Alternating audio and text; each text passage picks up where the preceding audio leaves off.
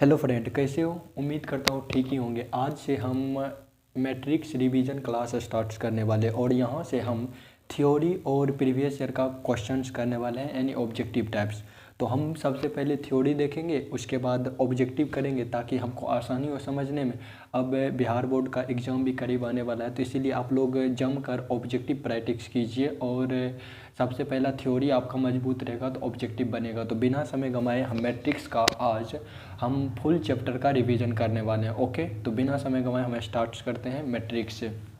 तो सबसे पहले हमें जानने हैं कि मैट्रिक्स है क्या। मैट्रिक्स जो होता है वह उसमें एक आयताकार क्रमविनीय फॉर्म में होता है। सबसे पहले रिप्रेजेंट जो हम करेंगे वो इस फॉर्मेट में रहनी चाहिए, और या तो आपका हॉरिजेंटल हो सकता है या वर्टिकली हो सकता है। ओके, या इस फॉर्मेट में एलिमेंट हो सकते हैं या इस फॉर्मेट में एलिमेंट हो सकते हैं। जैसे एक एग्जांपल लेकर समझते हैं कि अगर कोई एक मैट्रिक्स दे रखा है कि A11 A12 A21 A22, तो यहाँ पे देखो कि ये हॉरिजेंटल हो गया और ये वर्टिकली हो गया। इसी फॉर्मेट्स को हम मैट्रिक्स बोलेंगे। ये कितना ऑर्डर का हो गया? हमें हो गया 2x2 ऑर्डर का हो गया मैट्रिक्स। तो इससे रिलेटेड हमें कुछ पॉइंट्स याद रखने हैं, जो कि है क्या वो देखते हैं। सबसे पहला नंबर कह रहा है कि जैसे हमें एक मैट्रिक्स जैसे अभी जो लिए उसी को लेता हूँ कि अब 3x3 का ले लेता हूँ। A11 A12 A13 A21 A22 A23 और A31 A32 A33। ओके, ये 3x का है। तो हमें कह रहा है कि हॉरिजेंटल रेखाएं जो होती है वो रो कहलाती है और वर्टिकली रेखाएं कॉलम कहलाती है। तो ये हॉरिजेंटल हो गया, तो इस सम को हम इसे फर्स्ट रो बोलेंगे, इसे सेकेंड रो बोलते हैं और इसे थर्ड रो बोलेंगे। उसी तरह की अगर वर्टिकली होगा, जैसे ये कंपोनेंट्स हो गया तो ये C1 हो जाएगा, ये कंपोनेंट C2 हो जाएगा और ये कंपोनेंट्स मेरा C3 हो जाएगा। ओके, जनरली हम कैपिटल लेटर से रिप्रेजेंट करते हैं मैट्रिक्स को। ओके, यहाँ तक समझ लिए। अब उसके बाद हम आगे बढ़ते हैं कि हमें एलिमेंट्स के बारे में जानने हैं। मैट्रिक्स का एलिमेंट्स क्या होता है कि जैसे ये मैट्रिक्स है ना, ये आयताकार के अंदर जितने भी एलिमेंट्स आपको दिख रहे हैं, जैसे A11 A12 A1j, इस फॉर्मेट को जनरली फॉर्मेट मैट्रिक्स का माना जाता है, यानी ये जनरल फॉर्मेट है मैट्रिक्स का। इसी मैट्रिक्स के अंदर जितने भी आप एलिमेंट्स देख रहे हो इन्हीं को हम एलिमेंट्स बोलेंगे। ओके, और ये जो हो गया ये आपका ऑर्डर हो गया। हम अगले स्लाइड्स में पढ़ने वाले हैं ऑर्डर। तो यहाँ से क्या होता है कि ऑर्डर ऑफ मैट्रिक्स ये क्या होता है कि m पंक्तियाँ m रोज और n स्तंभ को आप इस फॉर्मेट में अगर लिख दोगे तो ये ऑर्डर कहलाते हैं। जैसे देखो कि लेट अगर कोई मेरे को एक मैट्रिक्स दे रखे 1 2 3 और 4, तो सबसे पहले मेरे को इसमें पंक्ति कितना रो R1, ये R2 हो गया और ये C1 और ये C2 हो गया। तो यहाँ से 2x2 हो जाएगा। यही 2x2 मेरे को ऑर्डर कहलाते हैं। क्या कहलाता है? ऑर्डर कहलाता है। ओके, तो यहाँ से हो गया ऑर्डर। तो उसके बाद हम अब देखते हैं कि आगे मैट्रिक्स ऑफ ऑर्डर समझ लिए, अब टाइप ऑफ मैट्रिक्स पर बताते हैं। क्योंकि ये रिवीजन क्लास है तो इसमें आप लोग पहले से भी पढ़ चुके होंगे, तो इसीलिए हम थोड़ा डिटेल्स में नहीं, मतलब एक बार पढ़ते जा रहे हैं और आगे बढ़ते जाएंगे। क्योंकि लंबा वीडियो हो जाएगा तो आप लोग को भी बोरिंग फीलिंग होने लगेगा, इसीलिए हम रिवीजन करते जाएंगे। मतलब 15 से 20 मिनट का एक वीडियो होने वाला है। ओके, तो हम सबसे पहला कॉलम मैट्रिक्स देखते हैं कि इसमें क्या होता है कि एक ही स्तंभ होना चाहिए। ओके, एक ही रोज होना चाहिए, जैसे इस फॉर्मेट्स में होना चाहिए। जैसे हम अगर एक मैट्रिक्स लेते हैं तो एक ही फॉर्मेट 2, जैसे ये हो गया 2 3 4, तो ये हो गया 1 का 3 हो गया ना। हमें एक ही कॉलम मैट्रिक्स दे रखा है, हम रो मैट्रिक्स का एग्जांपल ले लिए। और सॉरी, यहाँ से ये नहीं होगा। जैसे हमें कॉलम मैट्रिक्स दे रखा है ना, तो कॉलम मैट्रिक्स में क्या होता है, जैसे हम लेंगे तो एक ही कॉलम होना चाहिए। जैसे 2 3 4, तो इसमें रो कितना हो गया R1, ये R2, ये R3 और कॉलम एक ही। तो हमें हमें कितना हो गया 3x का 1 मैट्रिक्स हो गया ना। हाँ, 3x का 1 मैट्रिक्स हो गया। तो आपका रो जो होगा वो रो कितनों भी ले सकते हैं, लेकिन कॉलम जो होना चाहिए वो एक ही होना चाहिए। ओके, ये हम स्तंभ मैट्रिक्स समझ लिए। उसके बाद हम आगे बढ़ते हैं। आगे है मेरा इसी में कि रो मैट्रिक्स में क्या होता है कि एक ही रो होना चाहिए और आप कॉलम कितने भी ले सकते हैं। जैसे ये दोनों का एग्जांपल से कंबाइन करते हैं। जैसे हम एक मैट्रिक्स लेते हैं, मैट्रिक्स में हम ले लिए 5 4 3, तो ये हो गया आपका कॉलम मैट्रिक्स, यानी 3 क्रॉस का 1, और बी जो हो गया ये अगर मैट्रिक्स लूँ तो 2 3 4, यहाँ से हो जाएगा मेरे को कितना 1 क्रॉस का 3। तो देखो इस रूल को फॉलो करना चाहिए और ये जो है ये हो जाएगा स्तंभ मैट्रिक्स। ओके, तो एक बार पढ़ लेते हैं। जैसे कॉलम मैट्रिक्स अगर कहेगा तो उसमें एक ही कॉलम होना चाहिए। ओके, और रो मैट्रिक्स में एक ही रो होना चाहिए, यहाँ समझ लिए। उसके बाद मेरा अगला आता है हॉरिजॉन्टल मैट्रिक्स। हॉरिजॉन्टल मैट्रिक्स क्या होता है कि इसमें जो मैट्रिक्स m क्रॉस n, कोई एक मैट्रिक्स ले लो, उसमें m लेस देन n होनी चाहिए। यानी कहने का मतलब ये हो गया नंबर ऑफ रोज, और यहाँ से ये नंबर ऑफ कॉलम हो गया। तो नंबर ऑफ कॉलम ज़्यादा होना चाहिए और रोज होना चाहिए, और कॉलम वो कम होना चाहिए। यानी यहाँ से कॉलम आप लिख सकते हो। ओके, तो अब देखो जैसे एक एग्जांपल लेते हैं। तो यहाँ से अब मेरे को ये फ्लो करने हैं, तो यहाँ से देखो 2 3 4 5 4 3, तो ये हो गया यानी 2 क्रॉस का 3। अब देखो कि इस रूल को फॉलो करता है, यानी 2 लेस देन इतना है, यानी ग्रेटर देन इतना, यानी 3 बड़ा है, और ये रूल को फॉलो करता है। तो इसका मतलब ये मैट्रिक्स जो हो गया हमें अच्छे हॉरिजॉन्टल मैट्रिक्स हो गया। उसके बाद हम आगे चर्चा करते हैं इसी से रिलेटेड एक वर्टिकली मैट्रिक्स में। वर्टिकली मैट्रिक्स में क्या होना चाहिए कि रो अधिक होना चाहिए, कॉलम कम होने चाहिए। ओके, जैसे एग्जांपल लेते हैं ए, यानी यहाँ से 3 2 4 5 और 3 और 1, ये हो गया कितना, देखो 3 क्रॉस का ये 2 ऑर्डर का मैट्रिक्स है, क्योंकि इसमें रो कितने हैं, रो हमें दे रखा है 3। ओके, और कॉलम कितने दे रखे हैं, तो कॉलम हमें 2 दे रखा है। तो इस रूल को फॉलो करता है, एक बार चेक कर लो। तो यहाँ से इस रूल को फॉलो करता है। ओके, तो ये वर्टिकली मैट्रिक्स हो गया, हॉरिजॉन्टल और वर्टिकली मैट्रिक्स पढ़ लिए। अब उसके बाद जो मेरा आता है वो आता है जीरो मैट्रिक्स। अब क्या आता है, अब हम पढ़ने वाले हैं जीरो मैट्रिक्स। इसका प्रत्येक एलिमेंट जो होना चाहिए वो जीरो होना चाहिए, तो हमें जीरो मैट्रिक्स कहलाएगा। और इसे रिप्रेजेंट करते हैं हम जनरली ओ से।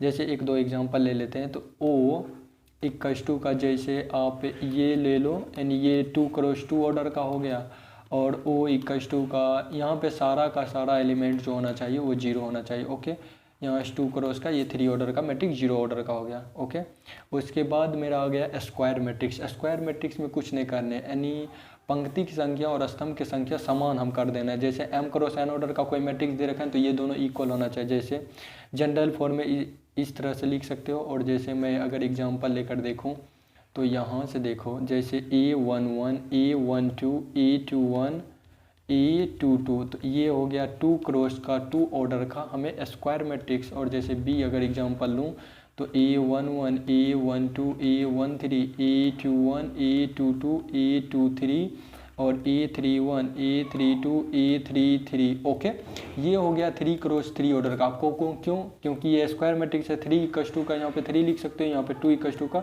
2 लिख सकते हो, क्योंकि m इक्वल्स टू n होना चाहिए ऑर्डर। ओके, अब उसके बाद जो मेरा अगला आता है वो है डायगोनल मैट्रिक्स। हम स्क्वायर मैट्रिक्स अच्छे से समझ लिए। अब डायगोनल मैट्रिक्स में क्या होता है कि ये सबसे पहला तो स्क्वायर मैट्रिक्स होना चाहिए। ओके, तो उसके बाद क्या कहता है, इसका डायगोनल जो होगा वो अवयव शून्य नहीं होना चाहिए, यानी अन्यथा अदर पार्ट जो होना चाहिए वो जीरो हो सकता है। जैसे देखो Aij दे रखा है ना, हम एग्जांपल से समझते हैं। जैसे A हमें कोई एक मैट्रिक्स दे रखा है, और A11 A12 A21 A22 हमें ये दे रखा है 2 क्रॉस 2 ऑर्डर का एक स्क्वायर मैट्रिक्स है। इसमें क्या कह रहा है कि Aij equals to 0, I not equals to का j होना चाहिए। जैसे देखो A11 को हम चेक करते हैं तो 1 इक्वल्स टू का 1 हो सकता है, तो ये पार्ट 0 नहीं होना चाहिए, क्योंकि हमें कंडीशन दे रखा है कि Aj इक्वल्स टू का 0 ये तभी फॉलो करेगा जब I नॉट इक्वल्स टू का j होना चाहिए। जैसे A12 तो देखो 1 नॉट इक्वल्स टू का 2, इसका मतलब ये पार्ट 0 होना चाहिए, A12 0 होना चाहिए। उसी तरह से आप इस पार्ट्स को भी ले सकते हो। तो ये अगर डायगोनल मैट्रिक्स मेरे को बनाने हैं तो इस तरह से ये डायगोनल मैट्रिक्स हो जाएगा। A11 इस पार्ट्स को 0 कर दो, यहाँ पे भी 0 कर दो, A22 हो गया, ये हो गया डायगोनल मैट्रिक्स 2 क्रॉस 2 ऑर्डर का। ओके, इस मतलब पॉइंट्स को आप याद रखो तो डायगोनल मैट्रिक्स समझ सकते हो। अब डायगोनल से रिलेटेड कुछ और इंटर्म्स या कुछ और टाइप्स पढ़ते हैं। जैसे हमें स्केलर हो गया। अब इसमें क्या होता है, अदर पार्ट्स तो 0 होना चाहिए। ओके, स्केलर में क्या होगा कि वो इक्वल होना चाहिए, यानी सारा का सारा एलिमेंट जो होना चाहिए, अवयव विकर्ण जो होना चाहिए, यानी डायगोनल जो होना चाहिए वो समान होना चाहिए। अगर जनरल फॉर्म में देखना चाहते हैं तो Aij equals to 0, I not equals to का j होना चाहिए। अगर Aij यानी के कोई स्केलर है, आप कुछ भी ले सकते हो। जैसे लेट अगर हम 3x3 का मैट्रिक्स लेते हैं, जैसे 3 हो गया, यहाँ से 0 हो जाएगा, यहाँ 0 हो जाएगा, और यहाँ 0, यहाँ पे भी 3, 0 0 0, यहाँ से 3। अब देखो कि ये पार्ट्स मेरा डायगोनल कहलाएगा। ओके, तो डायगोनल में हमें क्या है, स्केलर यानी 3 है, यानी सभी एलिमेंट्स इक्वल है, तो इसी को हम स्केलर मैट्रिक्स बोलेंगे। उसके बाद मेरा आता है आइडेंटिटी मैट्रिक्स। आइडेंटिटी मैट्रिक्स क्या होता है कि इसके विकर्ण के अवयव जो होना चाहिए वो 1 होना चाहिए। स्केलर में क्या हो रहा था कि इक्वल होना चाहिए, लेकिन आइडेंटिटी हमें पढ़ने तो 1 ही होना चाहिए। जैसे आप अगर जनरल फॉर्मेट में देखना चाहते हो तो ये देख सकते हो, जैसे एक एग्जांपल लूँ। सबसे पहला नंबर ये एक स्क्वायर होना चाहिए। उसके बाद डायगोनल में क्या होना चाहिए कि डायगोनल का एलिमेंट जो होना चाहिए वो 1 होना चाहिए। जैसे अगर मैं 2x2 का लूँ तो 1 0 0 1 ये हो गया, मैं सॉरी यहाँ से 1 हो जाएगा। ये 2x2 ऑर्डर का आइडेंटिटी मैट्रिक्स है। अगर 3 ऑर्डर का मैं लिखूँ तो मेरे को 3 ऑर्डर का 1 0 0 0 1 0 0 0 1 ये हो गया मेरे को 3x3 ऑर्डर का आइडेंटिटी मैट्रिक्स हो गया। ओके, अब उसके बाद मेरे को इसी में चर्चा करना है। जैसे हम जनरली अगर n कोटि का आइडेंटिटी मैट्रिक्स लेते हैं तो आई n से रिप्रेजेंट करते हैं। जैसे अगर I2 कह देगा तो इसका मतलब हमें यूनी आइडेंटिटी मैट्रिक्स हमें 2x2 ऑर्डर का लेना है, यानी 1 0 0 1 इसको इस तरह से रिप्रेजेंट करते हैं। जनरली I से भी डिनोटेड करते हैं। ओके, अब हम आगे बढ़ते हैं कि ट्रायंगुलर मैट्रिक्स क्या होता है। ट्रायंगुलर मैट्रिक्स हम समझते हैं कि ट्रायंगुलर मैट्रिक्स में पहले लोअर ट्रायंगुलर मैट्रिक्स समझते हैं। लोअर ट्रायंगुलर मैट्रिक्स क्या होता है कि अगर मैट्रिक्स इस फॉर्मेट में दे रखा है तो i greater than i less than j होना चाहिए, अर्थात यानी विकर्ण के जो सभी अवयव शून्य हो, उसके ऊपर के जितने सारे एलिमेंट्स होगा वो 0 होना चाहिए। जैसे लोअर का रहा है ना, तो अगर मैं देखूं तो एक मैट्रिक्स हम ले लेते हैं। पहले फाइंड करता हूँ A11 A12 A13 A21 A22 A23 और A31 A32 और A33। ओके, अब हमें इस कंडीशंस को फॉलो करना है। कह रहा है कि Aij पार्ट्स 0 होगा। कब ये पार्ट्स तब 0 होगा जब I लेस देन जे होगा। तो अब इसमें चेक करते हैं हम एलिमेंट्स। ये पूरे डायगोनल को छोड़ दो, डायगोनल को हमें छेड़खानी नहीं करना है। उसके बाद अदर पार्ट्स का जितने भी एलिमेंट्स है तो इस कंडीशन को अगर फॉलो करेगा तो वो पार्ट 0 कर देना, उसके बाद छोड़ देना। जैसे हमें दे रखा A12 क्या हो जाएगा 1 ग्रेटर देन 2, इसका मतलब A12 पार्ट 0 होना चाहिए। इसी तरह से अगर A13 पार्ट्स लूँगा तो ये भी 0 होना चाहिए। आपको क्यों, तो देखो 1 less than equal greater than होगा जाएगा 3, 1 जो है छोटा है तो 3 से, और उसके बाद A23 अगर 0 लोगे तो 2 लेस देन यानी 3 यहाँ से ये हो जाएगा। यानी इस रूल को सेटिस्फाइड करने वाले एलिमेंट जो ये तीनों हैं, इसका मतलब लोअर ट्रायंगुलर मैट्रिक्स में जो होता है कि डायगोनल के ऊपर वाले जितने भी एलिमेंट्स होंगे वो 0 हो जाता है। किसमें, लोअर ट्रायंगुलर मैट्रिक्स में। जैसे A11 A22 A33 ये मेरा डायगोनल हो गया, और यहाँ से इसको रहने दो, मतलब डायगोनल के नीचे वाले एलिमेंट जो होना चाहिए वो रहने दो। उसके बाद ऊपर वाले जितने भी एलिमेंट्स हो जाएंगे वो हो जाएगा मेरे को 0। ओके, तो यहाँ से ये हो गया। उसके बाद अगर मैं देखूँ तो इसी का अपर ट्रायंगुलर मैट्रिक्स है। उसमें क्या हुआ था कि लोअर ट्रायंगुलर मैट्रिक्स में ऊपर वाले एलिमेंट्स 0 होना चाहिए, इसमें अपर ट्रायंगुलर मैट्रिक्स में लोअर वाले एलिमेंट 0 होना चाहिए। इस कंडीशन को फॉलो करना चाहिए। जैसे हमें अगर A11 A12 A13 A21 A22 A23 और A31 A32 A33 अगर ये मैट्रिक्स मेरे को 3x3 ऑर्डर का दे रखा है, ओके, तो ये पार्ट जो होना चाहिए अपर ट्रायंगुलर मैट्रिक्स में 0 होना चाहिए।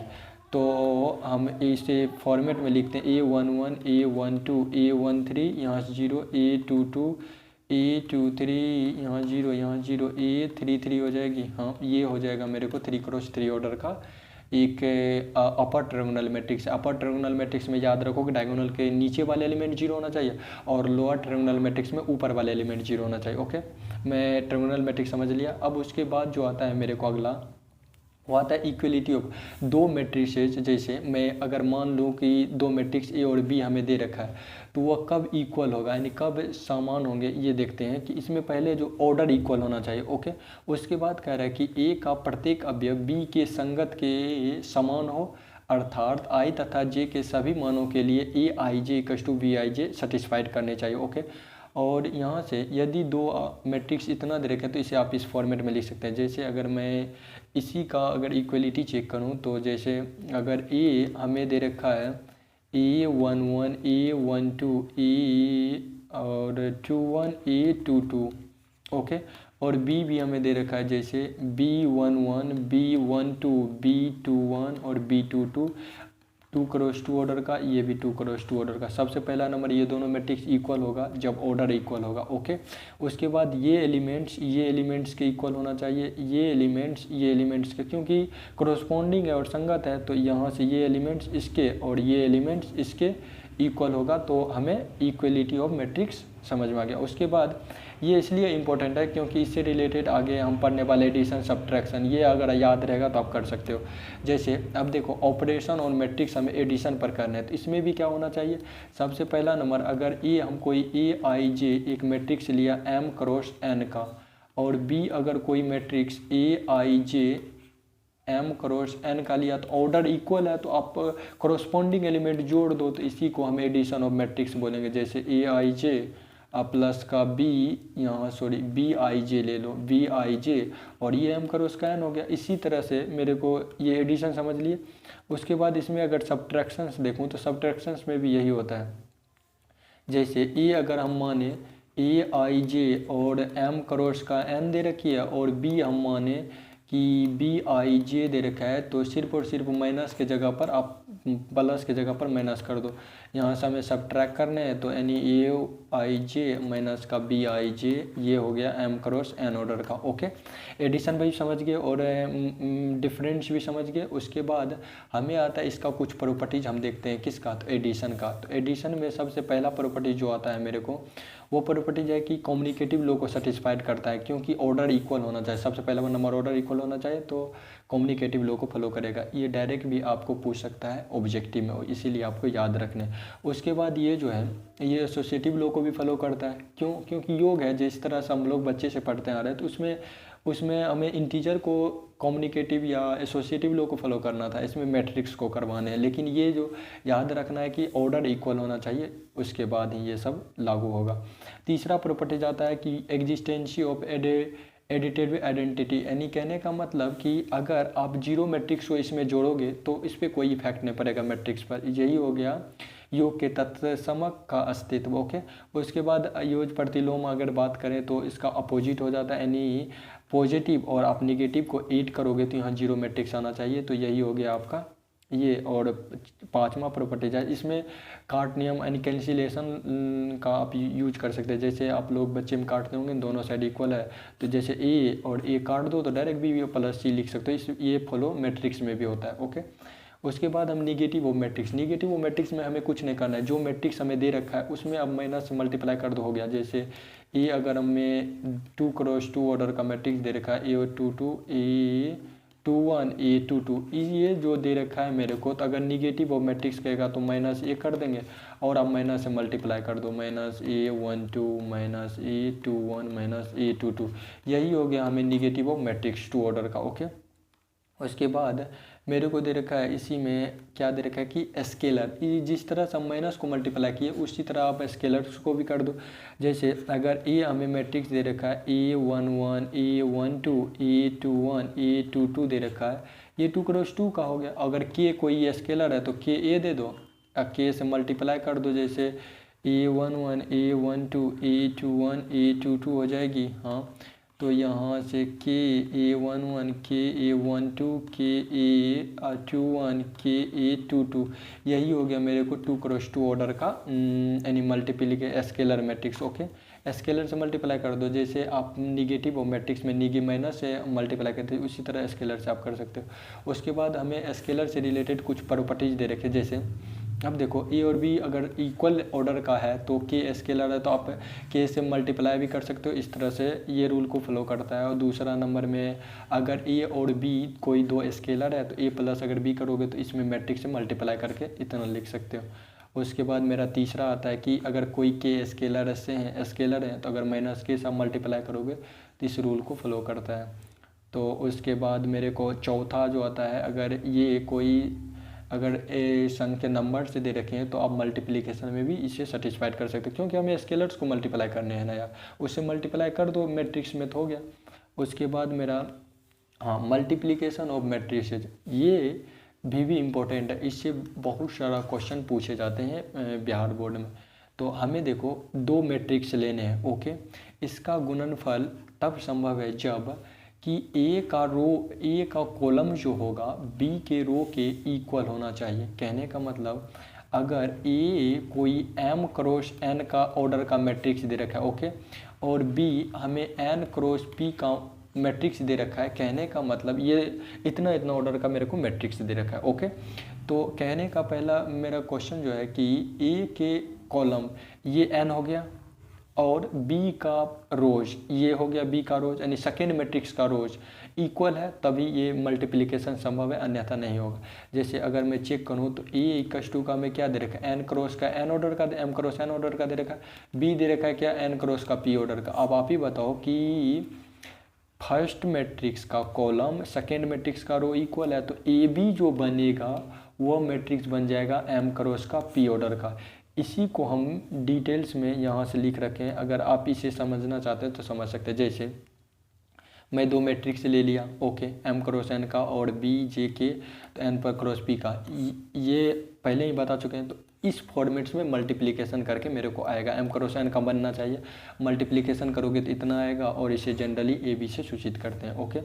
तो इस पर उतना दिमाग नहीं लगाओ, जिस तरह से मैंने बताया वो पहले नंबर तो ऑर्डर चेक करो, ऑर्डर चेक करने के बाद हम लोग मल्टीप्लिकेशन कर सकते हो। उसके बाद हम कुछ नोट्स देखते हैं। जैसे अगर कोई मैट्रिक्स ए और बी दे रखा, ए बी संभव है तो इस दोनों कंडीशन को सेटिस्फाइड करना चाहिए, यानी ए के कॉलम की संख्या और बी के रोज की संख्या जो होना चाहिए वो बराबर होना चाहिए, तब ए बी इसका मल्टीप्लिकेशन संभव है। जैसे अगर ए जो है इतना ऑर्डर का दे रखा है और बी इतना दे रखा है, तब ए बी जो बनेगा एम क्रॉस पी ऑर्डर का मैट्रिक्स बनेगा, पहले ही पढ़ चुके हैं। उसके बाद ये तीसरा हो गया कि अगर इक्वल ऑर्डर का है तब तो ये दोनों सेटिस्फाइड करेगा। क्या समझा, यानी स्क्वायर मैट्रिक्स अगर दोनों होगा तब ये सेटिस्फाइड दोनों करेगा। जैसे ए बी अगर सेटिस्फाइड करेगा तब बी ए भी सेटिस्फाइड करेगा।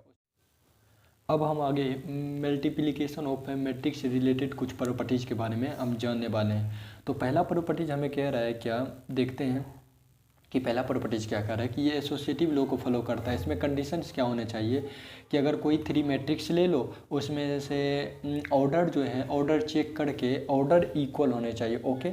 जैसे पहला का जो है हमें ए जो दे रखा है एम क्रॉस एन का, तो दूसरा का भी एन क्रॉस पी, और तीसरा जो दे रखा है पी क्रॉस का क्यू। इसमें देखो इसका रो और ये इक्वल है, ये और ये इक्वल है, ओके, सॉरी ये इक्वल होना चाहिए, ओके। तो यानी एसोसिएटिव लॉ को फॉलो करते हैं। ये डायरेक्ट भी याद रख सकते हो क्योंकि एग्जाम में ऑब्जेक्टिव में डायरेक्ट भी पूछा जा सकता है। दूसरा नंबर का ये डिस्ट्रीब्यूटिव लॉ को भी फॉलो करता है। जैसे आप ए ले लो एम क्रॉस एन ऑर्डर का, एंड बी एंड सी जो दे रखा है ये इक्वल होना चाहिए। क्यों, क्योंकि एडिशन के लिए हमें इक्वल ऑर्डर होना चाहिए। तो एन क्रॉस का पी ये दोनों दे रखा है, तो इस रूल को सेटिस्फाइड करेगा। उसके बाद हमें दे रखा है तीसरा नंबर में, यानी अगर कोई मैट्रिक्स ए ले लो और आई जो है आइडेंटिटी मैट्रिक्स है, तो अगर इससे मल्टीप्लाई करोगे तो वही मैट्रिक्स होगा जिसमें आप आइडेंटिटी मैट्रिक्स से मल्टीप्लाई करोगे। दूसरा नंबर यानी चौथा नंबर में आती क्या कि अगर कोई मैट्रिक्स ले लो उसमें जीरो मैट्रिक्स अगर मल्टीप्लाई करोगे तो ये जीरो मैट्रिक्स ही आपको देगा। और उसके बाद पाँचवा नंबर का मेरे को प्रॉपर्टी जो दे रखी है कि अगर एम क्रॉस एन ऑर्डर का कोई एक मैट्रिक्स है, बी और इतना ऑर्डर का दे रखा है, तो इस रूल को फॉलो करेगा। और उसके बाद लास्ट में हमें ये जो है एसोसिएटिव लॉ को फॉलो नहीं करता। ए और बी अगर कोई दो मैट्रिक्स दे रखा है तो ए एंड बी परिभाषित नहीं होगा। क्यों, क्योंकि ये दोनों इक्वल नहीं होंगे। सॉरी, परिभाषित तो होगा लेकिन इक्वल नहीं होगा, ये इक्वल नहीं होगा। ये एसोसिएटिव लॉ को फॉलो ही नहीं करता है तो परिभाषित कहाँ से होगा। तो आज के लिए इतना ही। अगर वीडियो पसंद आए तो लाइक कीजिए, कमेंट कीजिए और शेयर कीजिए। किसी भी प्रकार की अगर प्रॉब्लम्स हो तो मुझे कमेंट करके ज़रूर बताएं। और आप लोग उत्साह दीजिए ताकि आप लोग को बिहार बोर्ड में पास करने के लिए हम एक बेहतर से बेहतर उपाय ढूंढ सके। आप लोग को नोट्स जो है यूट्यूब के डिस्क्रिप्शन में आपको मिल जाएंगे। तो आज के लिए इतना ही। Thank you all of you.